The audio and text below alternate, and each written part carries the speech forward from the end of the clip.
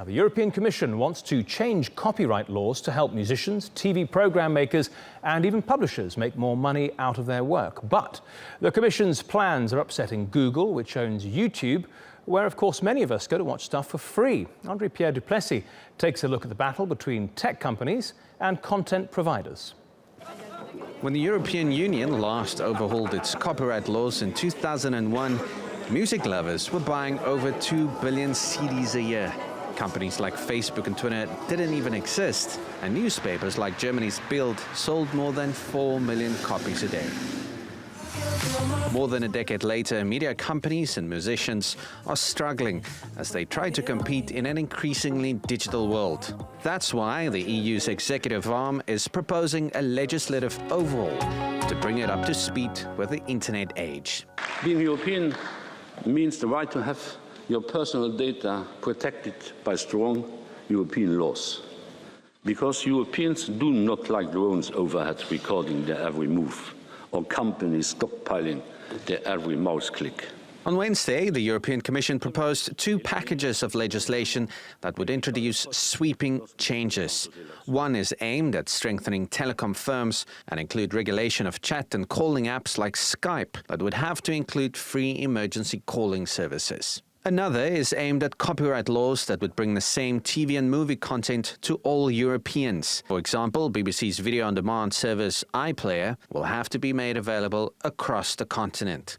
Under current rules, YouTube, Facebook and other video platforms remove material on a case-by-case basis only after being notified by rights holders. If proposed changes are adopted, it would require these companies to run proactive software checks to determine whether content they host contain copyright material.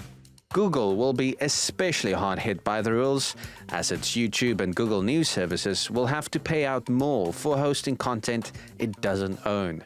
A former senior advisor to US President Barack Obama was recently hired by Google to ramp up its lobbying efforts in Brussels. Caroline Atkinson wrote in a blog post that the new legislation will damage its business because this would effectively turn the internet into a place where everything uploaded to the web must be cleared by lawyers before it can find an audience. But the proposals still have to go through the European Parliament and are likely to take months to come into force, a process Google hopes to delay even further. André-Pierre Duplessis, TRT World. Well, joining me now is Diego Naranjo. He is the Advocacy Manager for European Digital Rights, an international advocacy group based in Brussels, which is exactly where you need to be. Diego, your position is that the Commission's idea could not be conceivably worse. What's wrong with giving more protection to artists and publishers? Nothing's wrong with giving more protection to authors or publishers. What is wrong is that the Commission has decided to please only a small amount of actors, of stakeholders, and giving them their pieces of the cake that they had asked the Commission instead of doing what they were asked to do, which was update the copyright norms to the 21st century. In purely mechanical terms, and the Commission's proposing that organizations like YouTube and Dailymotion use technology to detect songs and videos and remove them if there's a breach of copyright. What's wrong with that? Everything is wrong about that idea.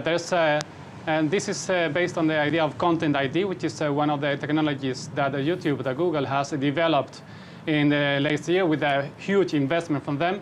And there are many things wrong. The first one is that this technology is an algorithm that detects copyrighted content, allegedly copyrighted content, but it cannot go through the nuances of copyright law and see if, for example, you can use a video in a teaching environment in Europe because we have an exception for that, or if you can use one of those videos to show it to your friend because it's a private video. It doesn't deal with that. It only filters everything with an algorithm and takes it down. That can lead to, for example, attacks on freedom of expression, which it has happened already before. Okay, well, if you think these measures aren't going to work, what would you propose instead?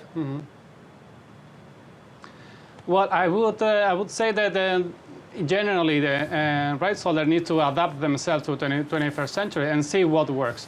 they need to see that culture is now being available to everyone. Thanks to the internet, that has bring a lot of innovation, and there are startups in Europe that could be based on these new businesses arriving and deriving from these new technologies. And then we need to explore these new ways, but I don't think the filtering content automatically is going to be the answer. Okay, Diego Naranjo, thank you very much for joining us from Brussels with that analysis.